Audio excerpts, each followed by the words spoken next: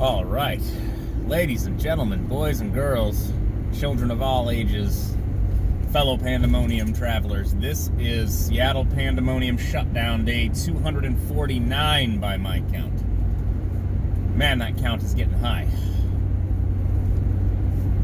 So anyways, what's going down? We've got, oh God, the nightmare election hellscape just rolls on. Doesn't this have to get decided by sometime in December? Is it December 20 something? The Electoral College has to arrive at a decision, and that decision will be based on however the vote breakdown goes, unless they become, what do they call it, a faithless elector, and they just make their own decision regardless of what the vote count is. And how long do they have to, push these? So if you're a leftist, you're going to call them conspiracy theories, but if you're on the right, you're going to call it fairness or justice or whatever, right? Voter fraud, fake ballots, rigged voting machines, which you could say rigged, or you could say just voting machines that messed up, thus, absolving liability for that event happening. I was just listening to it again, the story of, I believe it was a state seat in Michigan, where they, whoa, buddy. Put the hammer down, I guess. A voting machine had some kind of quote-unquote human error that resulted in a complete reversal of the race, where instead of a Democrat winning, a Republican won. And it was like thousands of votes. And then you have this issue of so allegedly Dominion is the company that runs the electronic voting machines that were used in a bunch of swing states, right? Or let's say battleground states. And I saw it said, I don't know if it's true, but I'll just repeat it anyway, that it's something like Nancy Pelosi's husband is somehow involved in the creation of that company, or owns part of that company, or something like that.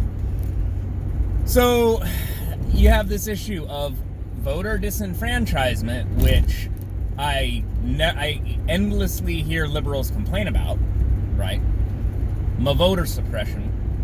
And then you have things like this, and then they go, oh yeah, it's just a right-wing conspiracy. And they go, okay, all right. I see what's happening here is, again, both sides engaging in excuse making for losing. Now, is there voter disenfranchisement? Well, we're not really gonna find out. I mean, there's gonna be all this sound and fury, all this noise. Oh goodness. Ooh, when you feel your voice fall apart like that. A bunch of sound and fury. You're lying, you're making this up, that's not true, blah, blah, blah. And then I think we're going to end up with Biden-Harris in the White House. And it's, so I kind of touched on this yesterday, but I'll hammer on it again because I don't necessarily have anything else to add. Because this is such a cluster. The utility, the political utility of is spinning these narratives, though. So we still hear about the 2000 election with Al Gore and the hanging chads on the. You gotta Google it, kids. I don't know. The people didn't punch their ballots all the way through with a little punch card, so they maybe didn't get counted correctly. And so it was a big legal battle, and then it went to the Supreme Court, and the Supreme Court said, stop counting the ballots, the election is over. Now, what the Trump administration, or the Trump campaign, I suppose, is trying to do now, right, is to nullify mail-in ballots for reasons that may or may not be legal, or, well, in a sense, if they manage to do it, it would be legal, but oh boy, is it going to make people mad. They're going to scream voter disenfranchisement, which is essentially, partially at least, what it is. I mean, you're taking votes and nullifying them, and some of them might even be fraudulent, but we don't necessarily know that because, again, with the mail-in ballots, there was like no chain of custody necessarily, so we don't know whose ballot belongs to who because they threw away the envelopes, and it's just a disaster. So it sets the stage for creating this narrative that the election was stolen. Now, even if they lose the election, it still helps to implant this narrative that there was shenanigans, and shenanigans in blue, liberal enclaves, like liberal cities, right? Blue areas, blue districts, where they let these shenanigans go on because they want to win, and we don't do that, and that's why we don't win. So that will then give them justification to do the same thing in the future, is engage in shenanigans. And the libs will say that the Republicans do this and we don't. We're the virtuous ones, right? Now, I just assume that, again, there's probably shenanigans being performed on both sides. I just assume that various forms of shenanigans are used in every election, and it includes media manipulation, right? It includes just straight up lying about stuff. I mean, like, so look at this. So right now what you have is, it's an interesting phenomenon I'm watching unfold, which is basically the media saying, yeah, look at that. They built a wall around that place. Look at that. They built a fort. I mean, unfortunately, that's all flammable stuff, but okay. Might be hard to tear down. So the mainstream media and their various cheerleaders on social media are promoting the AP called it for Biden, so that's it. And you go, well, that's a pretty good indicator that it's over, but that's not actually how elections are decided.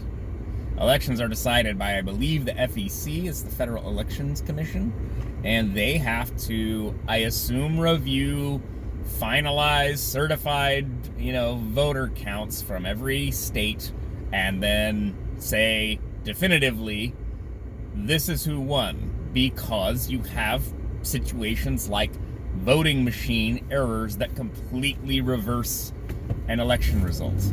Now, is that what's going to happen for Trump?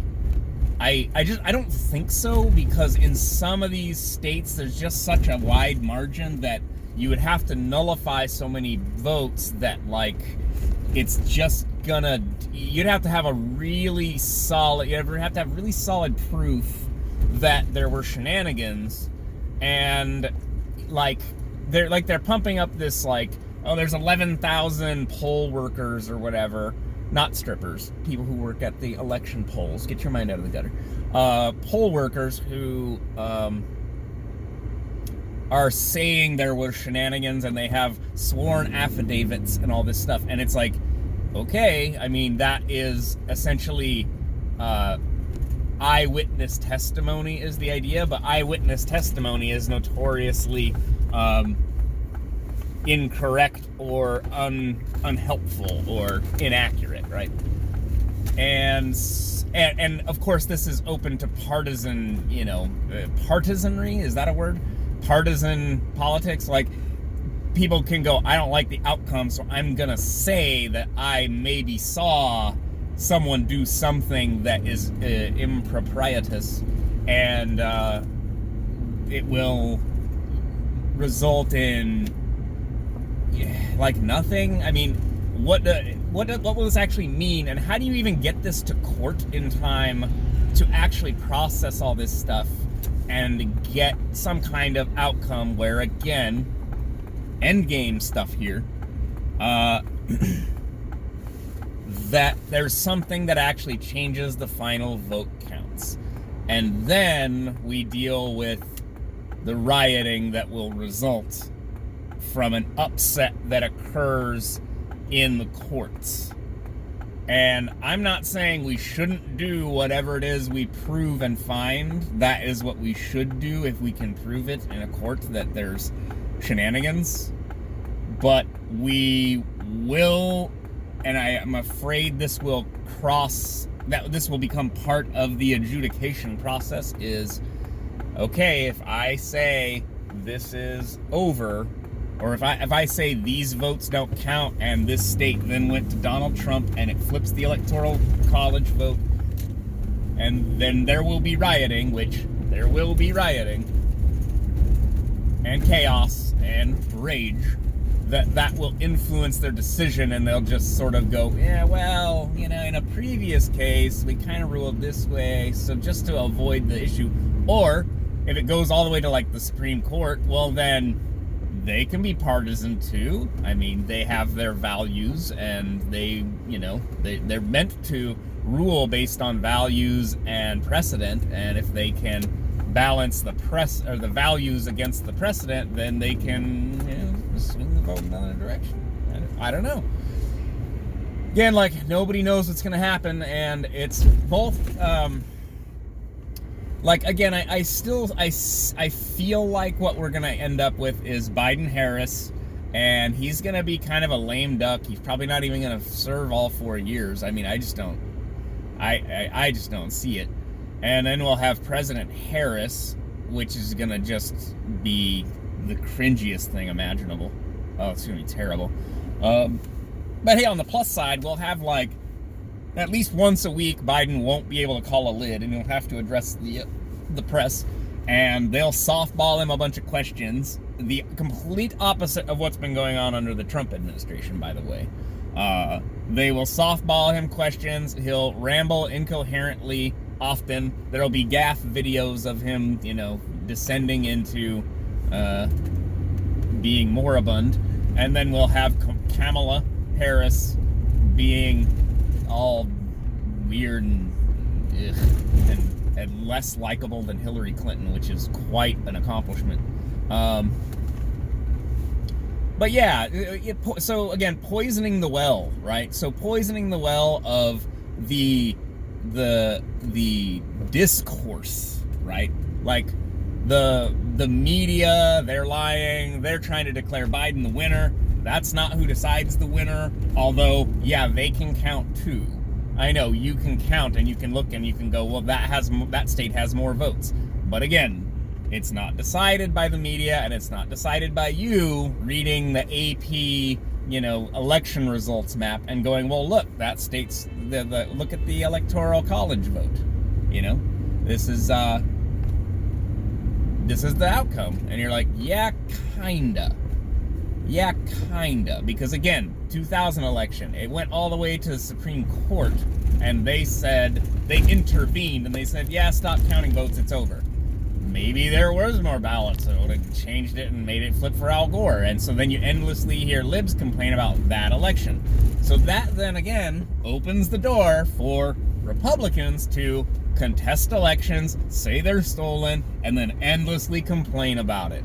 And so now, just like coronavirus, the handling of it, and the efficacy of lockdowns, which we might be heading into another round of here in Seattle on the 200, we're already 249 days deep. Why not keep it going? Who cares at this point? We will argue about these things forever. And it's like, when I say that, it's like, I've told people this and they're kind of like, yeah, that's true. And it's like, no. Like, 20 years from now, there will be another issue with an election, and people will go, this is just like the 2020 election, and the XYZs are trying to steal it again. And then you'll have to replay all this crap in your mind and be like, wait, are they? Are we? How did that work out again? Like, who was lying? Who wasn't lying? Was any of it real? Like the media wants you to believe right now that Joe Biden is the president-elect. He is not the president-elect. Does that matter? Well, technically it's true, which is, of course, technically true is the most important kind of true. So he is not, in fact, the president-elect. They can say it all day long. It's not true yet. Does that matter? Well, I don't know. It matters if they find shenanigans in these, quote-unquote, investigations. And, yeah, we have to wait. And the waiting, I think the waiting is the hardest part, in the words of Tom Petty. May he rest in peace. Yeah, I don't know. No one knows. It's a fresh hell every day, and no one knows what's going to happen. And the House and the Senate got shook up a little bit, so we're kind of looking at a potential, like, lame duck Biden presidency. I mean, I guess he'll still have some executive order powers and what have you, but yeah. A dark winter indeed, my friends. A dark winter indeed. But luckily, Thanksgiving's just around the corner, and everyone's going to be able to gather in large numbers, and it'll be a joyous year. All right, I'll talk to you guys later. Bye.